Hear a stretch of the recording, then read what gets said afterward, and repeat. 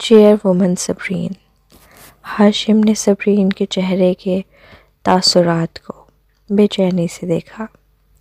वलीद वाकई घटिया है। उसकी घटिया हरकतें कोई नई बात नहीं है।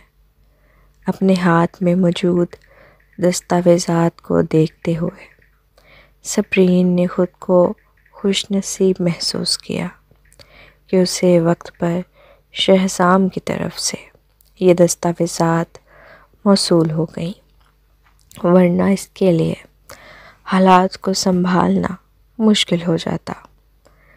मेरे लिए 2 पैकेट ज़ुकाम की दवा ख़रीद कर सूरी कॉरपोरेशन भिजवा दो। सबरीन ने अपना फ़ोन उठाया और कहा, मैं तुम्हें पैसे ट्रांसफ़र कर दूँगी। क्या? हाशिम हैरान रह गया। दवाई ख़रीद दो। सबरीन ने मेज़ पर दस्तक दी।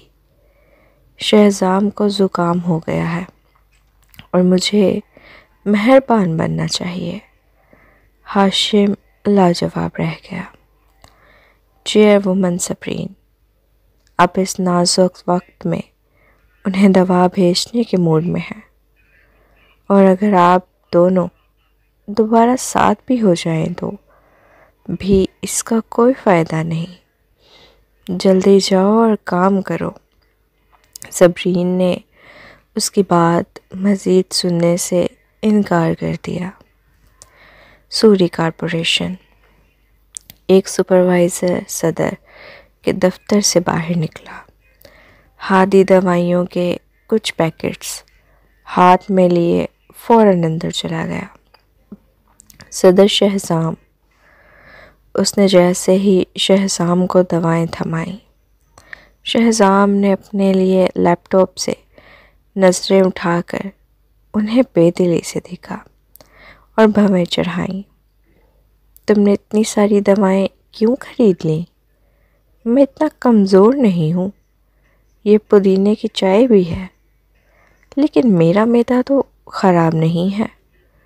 तुम मुझे मारने का इरादा कर रहे हो क्या? हादी ने मुस्कुराते हुए वजाहत की। ये मैंने नहीं खरीदी। मिस सबरीन ने सेक्रेटरी हाशिम से भेजने को कहा था। शहज़ाम एक लम्हे के लिए दंग रह गया, फिर उसकी गहरी आंखें चमक उठी। सच? हाँ, सेक्रेटरी हाशिम ने अभी अभी ये भेजी हैं। आप। हादी कुछ और कहने ही वाला था कि शहज़ाम ने फ़ौरन पुदीने की चाय उठाई और एक ही सांस में पी ली। चाय ख़त्म करने के बाद उसके चेहरे पर एक मुत्तमईन मुस्कुराहट आ गई, जैसे कि वो वाकई उससे लुत्फ़अंदोज़ हो रहा हो। ये बहुत मज़ेदार है। हादी हैरान रह गया। ये क्या बकवास है? इसने कभी किसी को पुदीने की चाय इतनी तेज़ी से पीते नहीं देखा था, और सबसे अजीब बात ये थी कि वो खुद ही कह चुका था कि उसका मैदा ख़राब नहीं है, फिर भी उसने चाय क्यों पी? हादी अभी इस हैरत से निकला भी ना था कि शहज़ाम ने पहले ही एक बोतल एसेसिक्लोवियर सस्पेंशन खोल ली और उसे ज़ुकाम की गोलियों के साथ निकल गया। हादी ने उसे मुख्तलिफ़ किस्म की दवाएं खाते हुए देखा तो फ़ौरन बोला, शहज़ाम सर, आपको सब कुछ लेने की ज़रूरत नहीं है। यहाँ 10 तरह की दवाएं हैं। कोई भी ऐसी दवाई नहीं लेता। सिब्बी ने मेरे लिए ये सब खरीदी हैं, और ये पहला मौका है जब उसने ऐसा किया है। मैं उसकी मेहरबानी की कदर ज़रूर करूँगा। शहज़ाम ने सारी दवाएं ले ली।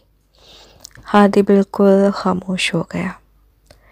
मोहब्बत में गिरफ्तार शख्स वाकई एक बेवकूफ़ की तरह होता है। हादी ने दफ्तर से निकलने के बाद फ़ौरन सबरीन को कॉल की। सप्रीन, आपने शहजाम सर के लिए इतनी सारी दवाएं क्यों खरीदी? उन्होंने सब कुछ ले लिया।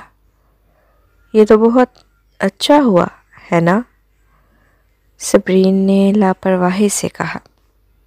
वो जल्द ही ठीक हो जाएंगे अगर दवा लेंगे। नहीं, मसला ये है कि ना उसे बुखार है और ना ही मैदे में दर्द। उसने बस हर चीज़ जैसे पुदीने की चाय और बुखार की दवाएं बग़ैर सोचे समझे ले लीं। सप्रीन खामोश हो गई। उसे मालूम नहीं था कि हाशिम ने इतनी ज़्यादा दवाएं खरीद ली थी। लगता था कि वो शहजाम की अलामात हाशिम को बताना भूल गई थी। लेकिन क्या हाशिम ने वाकई हर किस्म की दवा खरीद ली? और अगर दवाएं खरीद कर भिजवा भी दी गई थी तो क्या शहजाम ने वाकई बिना सोचे समझे सब कुछ ले लिया? क्या वो समझ रहा था कि ये टॉफ़ियाँ हैं? हादी ने तल्ख मुस्कुराहट के साथ कहा। बराहे करम शहजाम सर को समझाने की कोशिश करें। अगर वो पूरा दिन यही करते रहे तो उन्हें दवाइयों की वजह से बीमारी लग जाएगी। हालांकि वो पहले ठीक थे। क्या वो बच्चा है?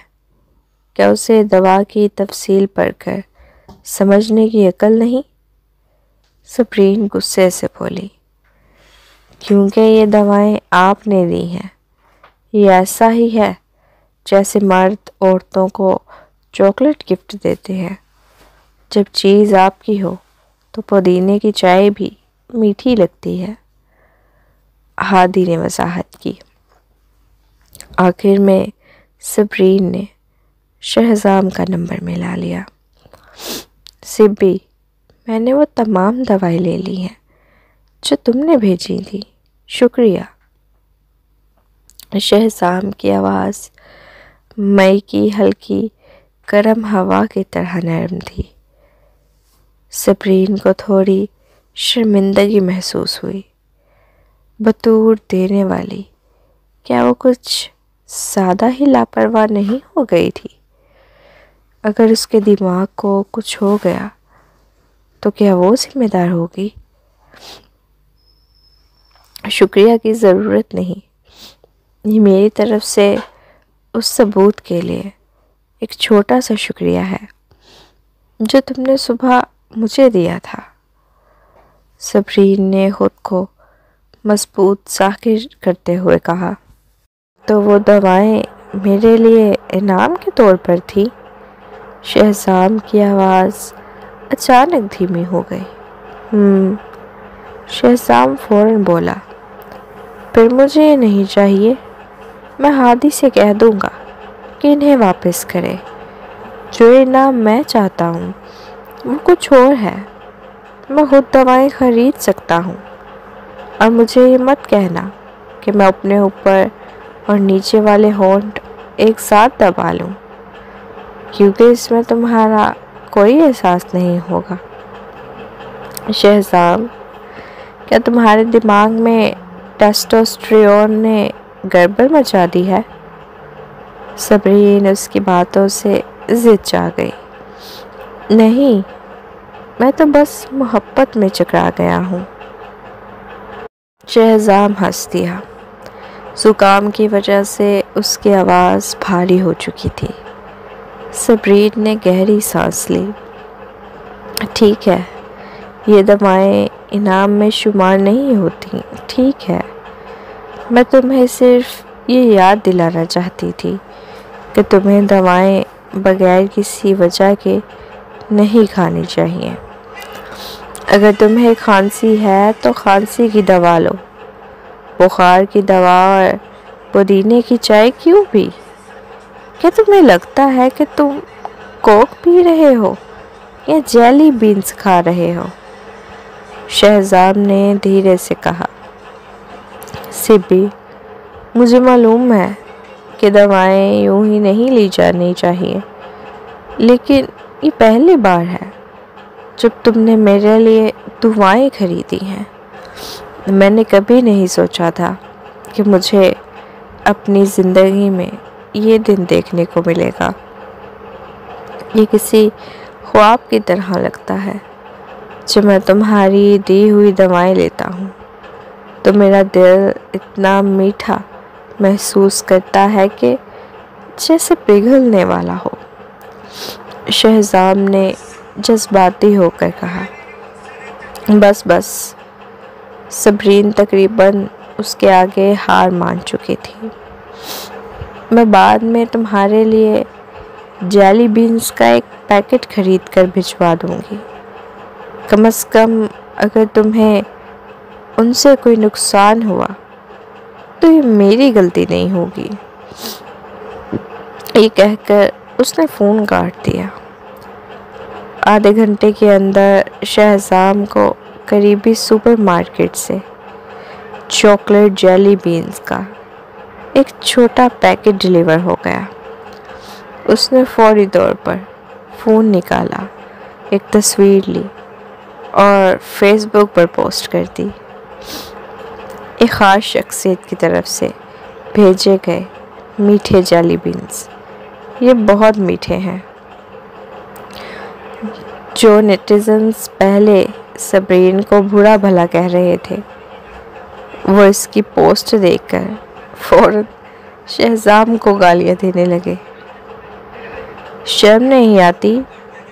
तुमने किसी और की बीवी को फंसा लिया और अब अवामी तौर पर रोमांस दिखा रहे हो। भाई जागो, सबरीन अच्छी औरत नहीं है। उसका इज्जत के साथ भी मशकूक ताल्लुक था। क्या सबरीन ने तुम पर जादू कर दिया है? तुम पहले ऐसे नहीं थे। तुम दोनों को मर जाना चाहिए। शहजाम ने लोगों को जितनी चाहे गालियां देने दे, उसे कोई परवाह नहीं थी। उसके लिए सबसे अहम चीज़ जेली बीन्स थे। दूसरी तरफ जब सबरीन काम कर रही थी तब अचानक फरिया की कॉल आ गई। फरिया का लहजा मायनी खेज था। ओह, शहजाम के साथ तुम्हारी इतनी तेज़ी से पेशरफ्त हो रही है। हाँ, क्या हम अब भी बहनें हैं? तुमने मुझे कुछ बताया भी नहीं। क्या बताना था? सबरीन हैरान हुई। अरे अब बनो मत।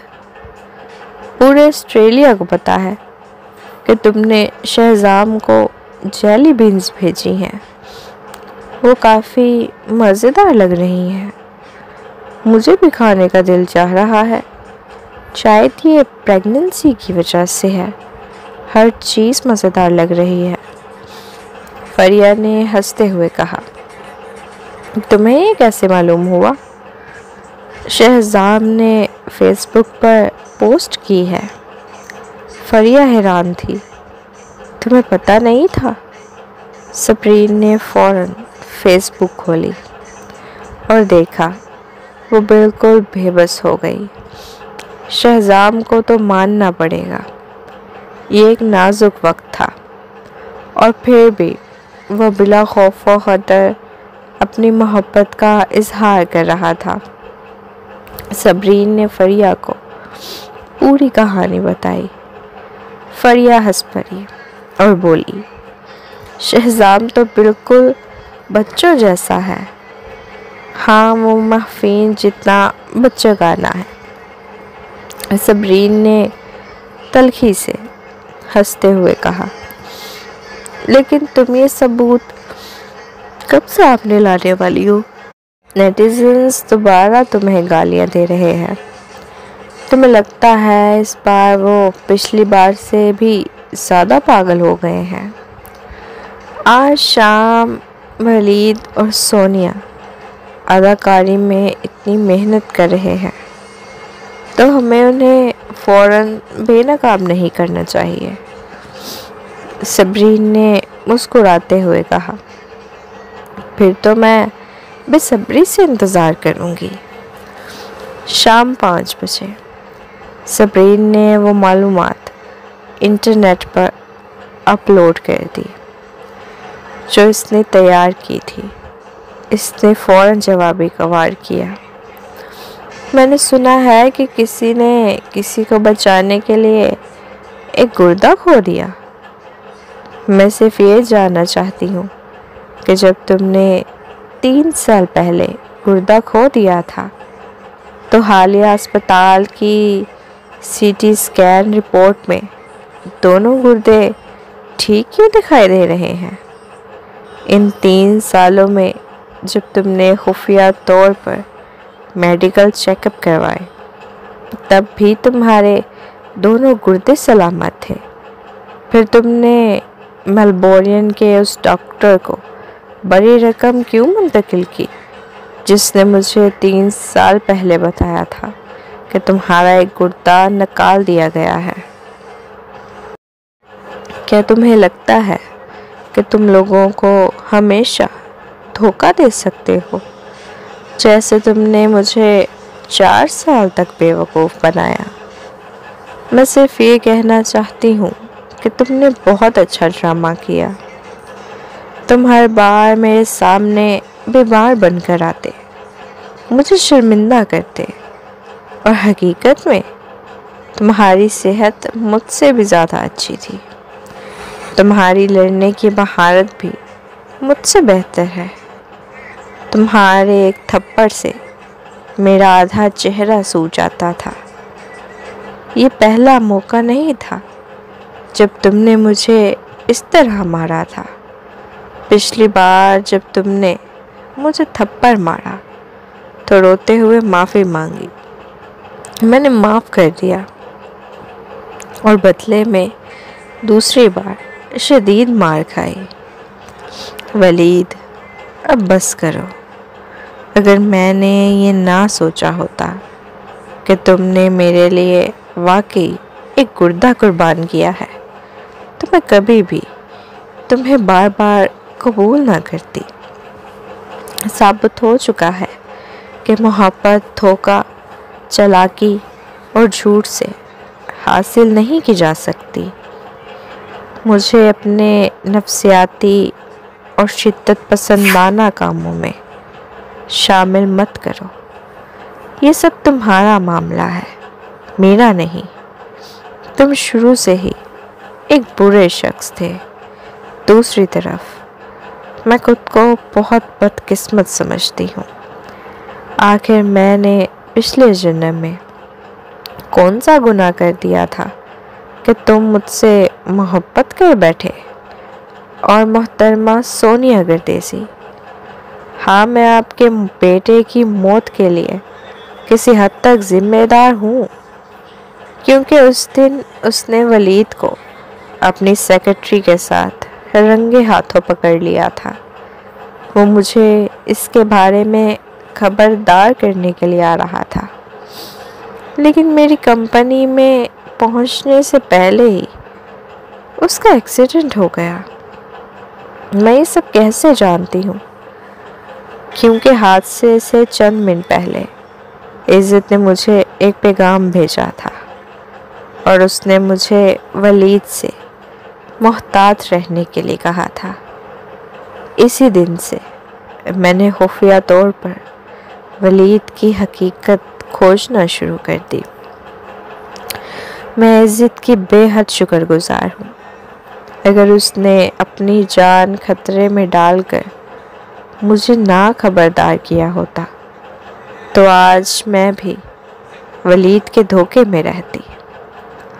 साथ ही मैं सबसे गुजारिश करती हूँ कि इज़्ज़त के बारे में बदनीयती पर मबनी क़ियास आराइयाँ बंद करें। वो अब इस दुनिया में नहीं है। वो आपकी बेबुनियाद बातें इसकी बीवी और बच्चे को तकलीफ़ दे रही हैं। हम माजी में एक दूसरे को पसंद करते थे, लेकिन हमने 4 साल पहले दोस्ताना तरीके से रिश्ता ख़त्म कर दिया था। वो मेरा बचपन का दोस्त था और बाद में मेरा अच्छा साथी बन गया। हमारे दरमियान छुपाने के लिए कुछ नहीं है। ये इस मामले पर मेरा आखिरी बयान है। मैं अब इस पर मज़ीद कुछ नहीं कहूँगी। मैं बस अब वलीद से तलाक लेना चाहती हूँ। ये पहला मौका था जब सबरीन ने इतना तवील बयान जारी किया था। सबको लग रहा था कि सबरीन अब कभी सूरत हाल को अपने हक में नहीं कर पाएगी, लेकिन किसी को तवक्को नहीं थी कि वो इतना ज़बरदस्त जवाबी हमला करेगी। उसने तो वलीद के आखिरी बहरूप को भी बेनकाब कर दिया। नेटिजन्स पागल हो गए। क्या ये सिटी स्कैन जाली हो सकता है? जाली माय फुट। क्या तुम्हें कागज़ पर स्याह सफ़ेद में दर्ज टाइम स्टैम्प नज़र नहीं आ रहा? ये वाज़े तौर पर लिखा है। मैं एक पेशावर डॉक्टर हूँ। यह सिटी स्कैन असली लग रहा है। इस पर मरीज़ का नाम और टाइम स्टैम्प मौजूद है, जो जाली बनाना मुश्किल है। रिपोर्ट पर अस्पताल की मोहर भी मुस्तनद मालूम होती है। कुछ डॉक्टरों में वाकई कोई अखलाकियात नहीं होती। मेरे ख़याल में वलीद इतने अरसे से अदाकारी कर रहा है। शायद अब वो खुद भी यकीन करने लगा है कि उसके पास सिर्फ एक गुर्दा है। वलीद एक मेडिकल कॉरपोरेशन का बड़ा आदमी है। उसके लिए किसी डॉक्टर को रिश्वत देना बिल्कुल आसान है। तो मतलब ये हुआ कि वलीद ने सबरीन को धोखा देने और उसमें मुजरिमाना एहसास पैदा कराने के लिए गुर्दा खोने का नाटक रचाया। ये किस किस्म का शख्स है? इतना बनावटी। मैंने सुबह इसका रोने वाला वीडियो देखा था। हद से ज़्यादा घटिया लगा। बात बिल्कुल वाज़ेह है। वलीद का अपनी सेक्रेटरी के साथ ताल्लुक़ साबित हो चुका है। उसने जज्बाती ब्लैकमेलिंग के लिए अपने गुर्दे का ड्रामा रचाया। लेकिन हैरत की बात यह है कि सबरीन पहले ही चुपके से सब कुछ खोज चुकी थी। उसने ज़बरदस्त काम किया। वलीद के मुंह पर एक ज़ोरदार तमाचा मारा है। नहीं, मेरे ख़याल में असल नुक्ता ये है कि ये पहली बार नहीं था जब वलीद ने घरेलू तशद्दुद किया। मैं पहले भी कह चुका था कि ये ज़हनी तौर पर बीमार है, लेकिन तुम लोगों ने यकीन नहीं किया। मेरे जहन में एक जुर्रतमंदाना ख्याल आ रहा है। इज़्ज़त ने मरने से पहले सबरीन को वलीद से ख़बरदार किया था। क्या ये मुमकिन है कि इज़्ज़त की मौत भी वलीद ने ही कराई हो, ताकि उसे हमेशा के लिए खामोश कर दिया जाए? ऊपर वाले साहब, तुम पागल हो क्या? इज़्ज़त वलीद का सगा भांजा था। वो उसे खामोश कराने के लिए कत्ल तक नहीं जा सकता था। तुम्हें कुछ मालूम भी है? वलीद जिस औरत से मोहब्बत करता है उसे मार सकता है, धोखा दे सकता है, फिर रहमी से मार सकता है। ऐसे शख्स से तुम क्या तवक्को रखते हो कि वो अपने भांजे से अच्छा सलूक करेगा? नेटिजन्स की क्या सराइयाँ और भी ज़्यादा बढ़ती जा रही थी। सबरीन ये सब देखकर काफ़ी खुश हो रही थी। उसे यकीन था कि इस वक्त वलीद का खून खौल रहा होगा और शायद वो गुस्से से क्या भी कर दे। हाँ, अब देखें कि वो मज़ीद अदाकारी कैसे करता है। एक बालिग मर्द जो रिपोर्टर्स के सामने रोते हुए अपनी मासूमियत का दावा कर रहा था।